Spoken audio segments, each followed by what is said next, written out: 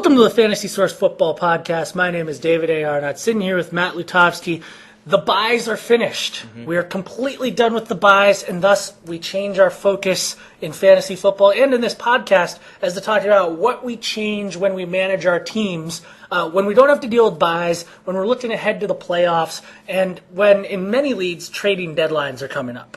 Yeah, no, it really does change, and I don't think maybe people don't think about it like that, but just like for this week, for example, you don't need to really take chances on guys anymore. You don't need to play Mike Sims Walker and some of these guys who tend to be boom or bust or inconsistent.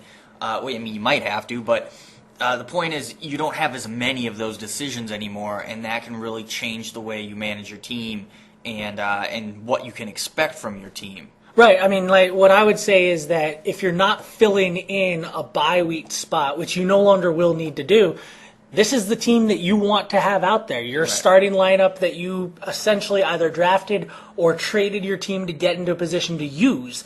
So if you're using a marginal player or trying to play matchups, that's probably something a situation you either want to resolve as quickly as possible, considering that you're going to be going into the playoffs and playing. And when you're 1 and out, if you even make it to the playoffs, that's always a dicey situation.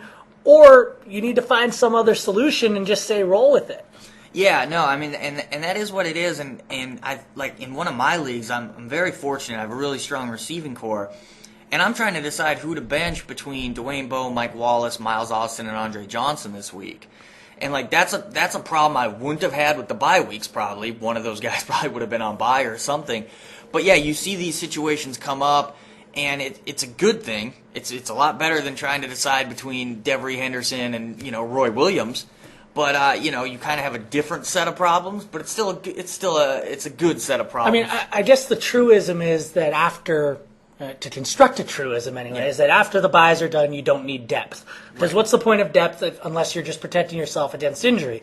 I believe just recently in the Sporting News Experts League, Javid Best was traded straight up for Jason Witten. Yes. Now, Javid Best potentially starting running back for somebody, running back 2, if somebody's got a weaker running back situation.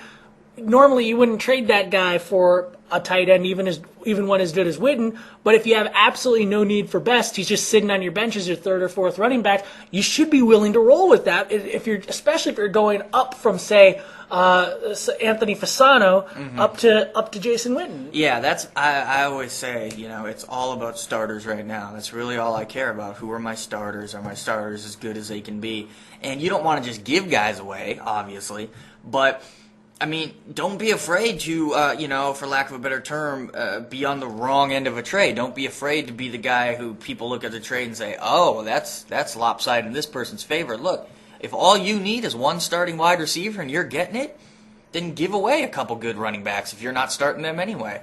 And it's just a change in philosophy that people are reluctant to make. No one ever feels good about giving away too much in a trade, but all that matters is winning weeks and having the best team possible. Right, and this is why you drafted 5 running backs at the beginning of the year anyway, and hoping that they'd all work out, is that up until week 10, you're hoping, or through week 10, you're hoping that you have enough depth to weather any kind of injury storm or benching storm or whatever happens. And then after that, you then convert it into a different part of your team that's quality. Yeah, no, absolutely. And you mentioned the expert leagues and some of the trades. We've had a couple. Our trade deadline, I think, is tomorrow or sometime this week. And we've had a couple. I was involved in 2. I traded 1. I traded Darren McFadden straight up for Deshaun Jackson. And that move had a lot to do with just this week, actually. I wrote about this the other day in our free newsletter. But I wasn't going to play McFadden this week. He's going against Pittsburgh. I have Steven Jackson. I have a Bengals running back against Buffalo. They were going to be in my starting lineup. And so I said, look, I'm 5-5. I got to win every week just to get in the playoffs. I have Steve Smith's hurt. I need a big-time receiver. I can get Deshaun Jackson. I'm doing it. In some ways, if I may cross sports with the analogy, it's kind of like bringing Tim Lincecum in to pitch in relief. Yeah. Just because you realize, you know what, I don't care about tomorrow at this moment. I need to win this game. Yeah, and look, next week, after this week's over, and I have, the Bengals are going against, I think they're going against the Steelers, or they're going against the Dolphins, but I think McFadden has a really good matchup against someone. And he has a good playoff match. Right. I'll regret it. I'll absolutely regret it then. But you know what? If I lose this week, it might not matter anyway. So I'll worry about it when I come to it. So, I mean, when you said earlier you're trying to reduce your risk, Right. It's not necessarily reducing risk, I gather, as much as finding the right risk to take. Exactly. Because, I mean, if all you do is you reduce risk, you're going to end up with a 6-7 team at Right. the end, or a 7-6 team, because you took the low end of everything that you possibly did, and you just trusting on luck to work things out for you. But at a certain point, you got to actually go for the guy that it may be up and down, but gets 20 points in a week. Yeah, exactly. And you have to, again, do what your team needs. You know, the other trade I was involved in, the other owner has both Ben Roethlisberger and Kyle Orton, really needs a receiver bad.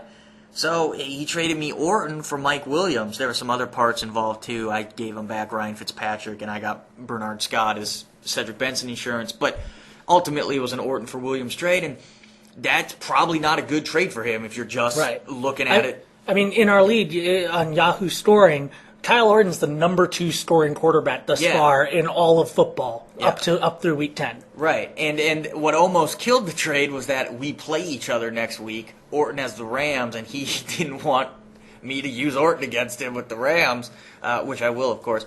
But it's just funny how some of that stuff works. But look, you got to make it. You know, for him was the ultimate upside more in going from Orton to Roethlisberger, or was it going from Anthony Armstrong to Mike Williams? Well, you want Mike Williams. So, and to be clear, this is the good Mike Williams. Yes. Well, they're both pretty good. Yeah, the Tampa Bay. The Tampa Bay Mike Williams, more exciting Mike Williams. It's buys are over. It changes things, and you just got to win now. It's about winning. It's about having the best possible starting lineup you can have, and don't worry about your depth. Depth's overrated anyway. So. All right, well, with that, Matt, yeah, thanks for joining us on the podcast. All right.